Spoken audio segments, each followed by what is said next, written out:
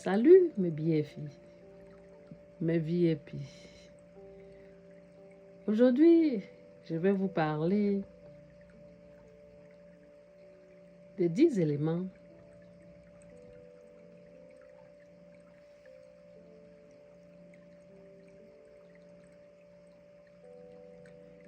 de savoir les gens qui n'aiment pas les remontrances, les reproches dans les familles, dans les amitiés, dans nos boulots et même dans les couples. Alors, il y en a qui n'aiment pas quand leur partenaire les reproche de certaines choses qu'ils ont mal fait.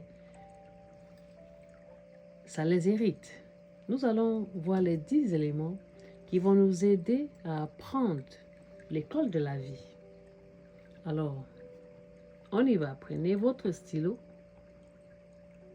et une feuille et vous allez écrire ces 10 éléments qui vont vous aider dans la vie de tous les jours.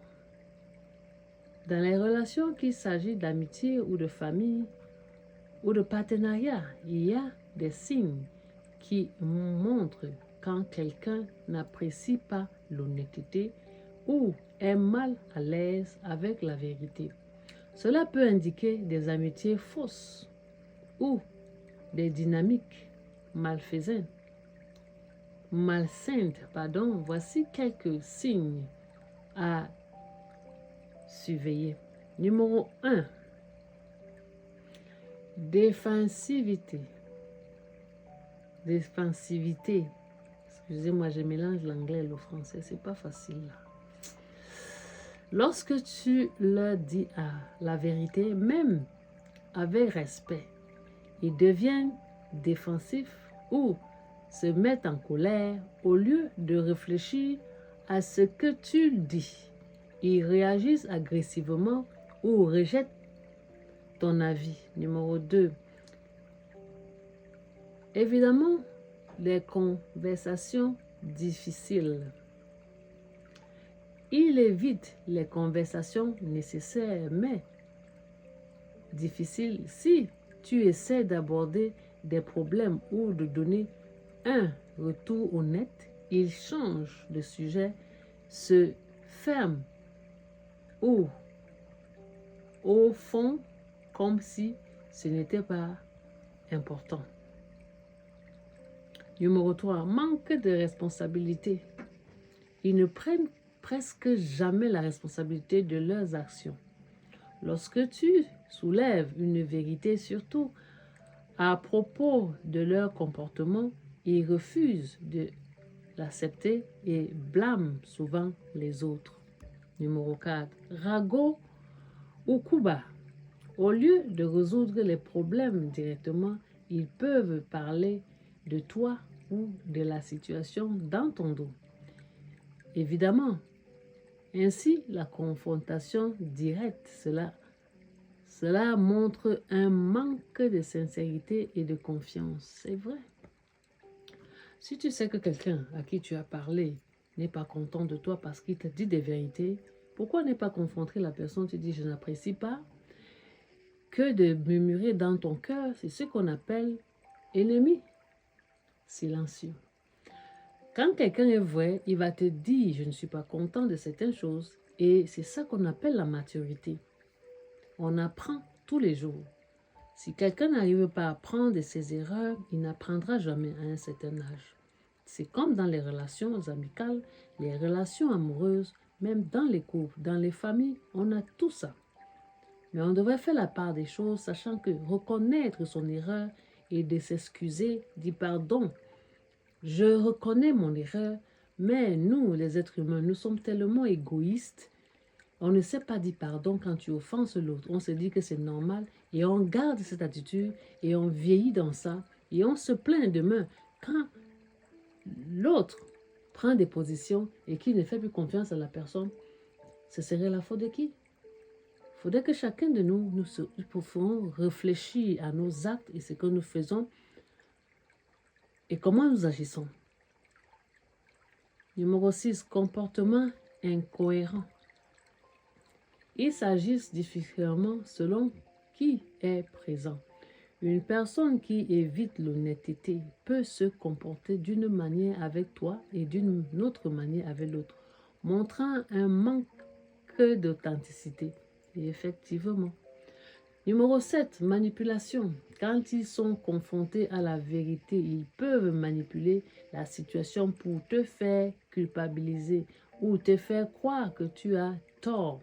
Être honnête, cela permet de détourner l'action de leur comportement.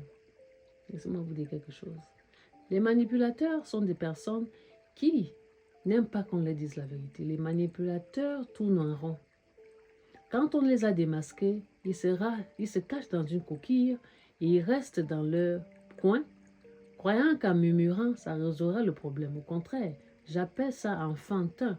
Quand tu sais que tu as été confronté à quelque chose de vérité, mais sois honnête en reconnaissant que oui, je me suis mal comporté, alors j'essaierai de changer certaines habitudes. Parfois même, ce sont des esprits spirituels qui font ce genre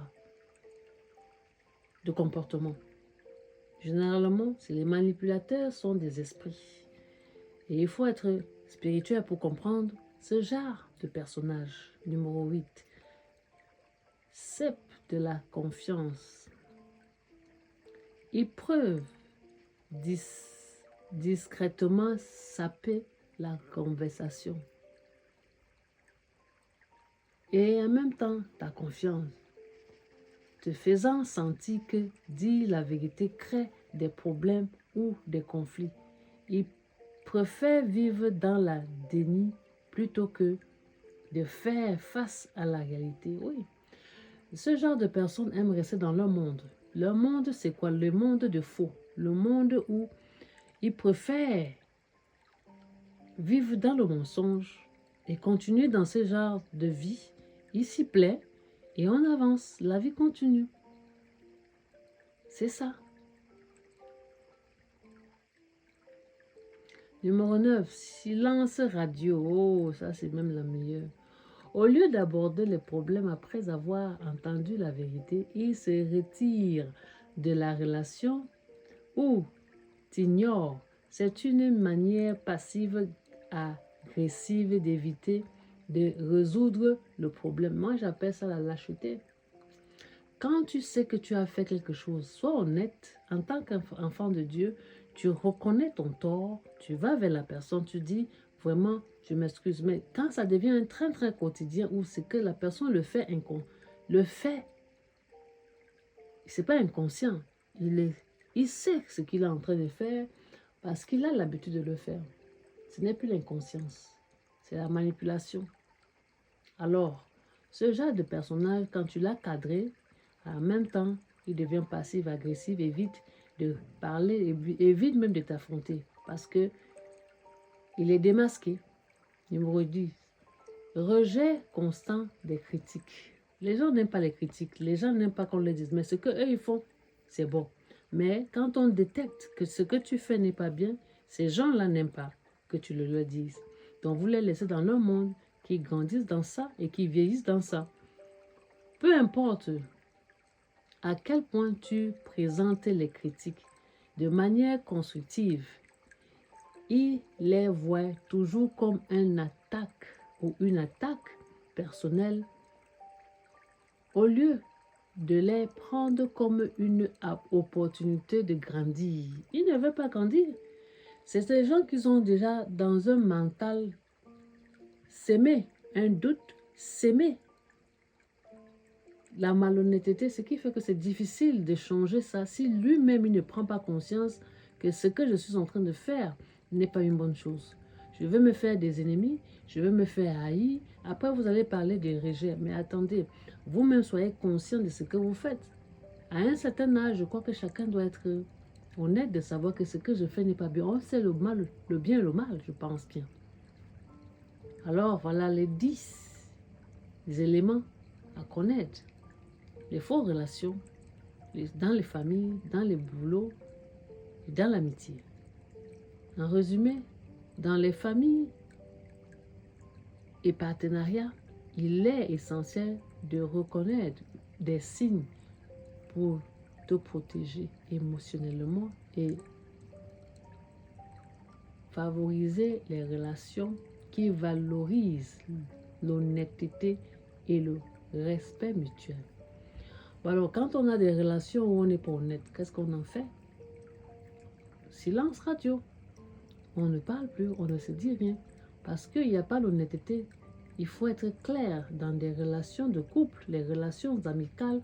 L'honnêteté est la clé de l'amitié, que ce soit dans les mariages, dans les amitiés, dans la famille. Mais dès que tu trosses, tu as franchi cette ligne-là, alors il n'y a plus la confiance. Vous en voulez à qui? À vous-même, parce que vous n'avez pas été honnête dans toutes choses que vous faites.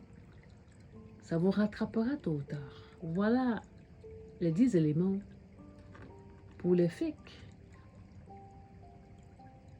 Amis et fakes. Les relations, les familles et les partenariats avec les couples. Les gens qui ne sont pas sincères en amitié, dans les familles, dans les boulots et dans les couples. Je suis votre motivational speaker en live teacher. À très bientôt, s'il plaît à Dieu. Je suis votre enseignante à suivre l'école de la vie.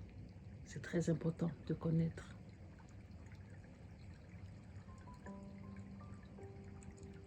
Prenez soin de vous. À plus.